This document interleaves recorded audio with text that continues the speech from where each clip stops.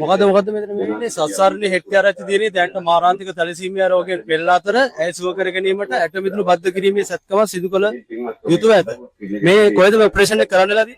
ඉන්දියාවේ රෝහලත් තුළ රෝහලට පෙර කර යුතු මුදල පමණක් රුපියල් ලක්ෂ 200ක් කියනවා.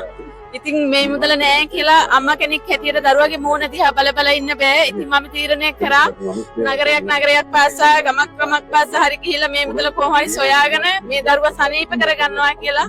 ඉතින් ඔයගොල්ලන්ගේ සහයෝගය ලබා දෙන්න කියලා මම කාරුණිකව ඉල්ලා සිටිනවා. අම්මා කෙනෙක් හැටියට හදවතේ නැගෙන දුක්ින්න නිවා ගන්න ඔයාලගේ උපරිම සහයෝගය ලබා දෙන්න කියලා මේ අවස්ථාවේ ඉල්ලා සිටිනවා. දුවගේ වයස කීයද මේ රෝඩ?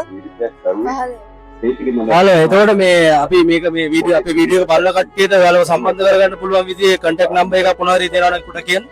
071 179 25 15. එතකොට ආධාර උපකාරය බලාපොරොත්තු වෙන ඔයාලා බලන් ඉන්නවා නම් අපි කොහොමද ඔයාලට ආධාරය ලැබෙන සලස්සන්නේ මොනවා හරි ගිණුම් අංකයක් තියෙනවා නම් අපිට පොඩ්ඩක් කියන්න. 85 100 124 14 කොමර්ෂල් බැංකුව කුලියපිලි ශාඛාව. එතකොට මේ වීඩියෝ එක බලන අපි හැමෝටම කියන්නේ මේ අයිසක දරුවගේ ජීවිතේ බේරගන්න මේ පුළුවන් විදියට උපකාරයක් කරන්න රුපියල් 100කින් හරි කමන්නේ ආධාර උපකාරයක් කරන්න.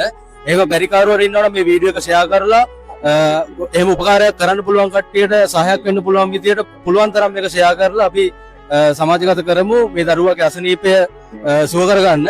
ඒ වගේම මේ පුංචි දියණියට මේ මොනවා හරි කියන්න තියනවා නම් මේ වීඩියෝ එක බලන නැන්දල මාමලාට මේ වීඩියෝ එක බලන නැන්දල මාමලා සේරකම් මම කියන්නේ මගේ ලෙඩේ සුව කරගන්න රුපියල් 100කින් හරි ආධාරයක් කරන්න.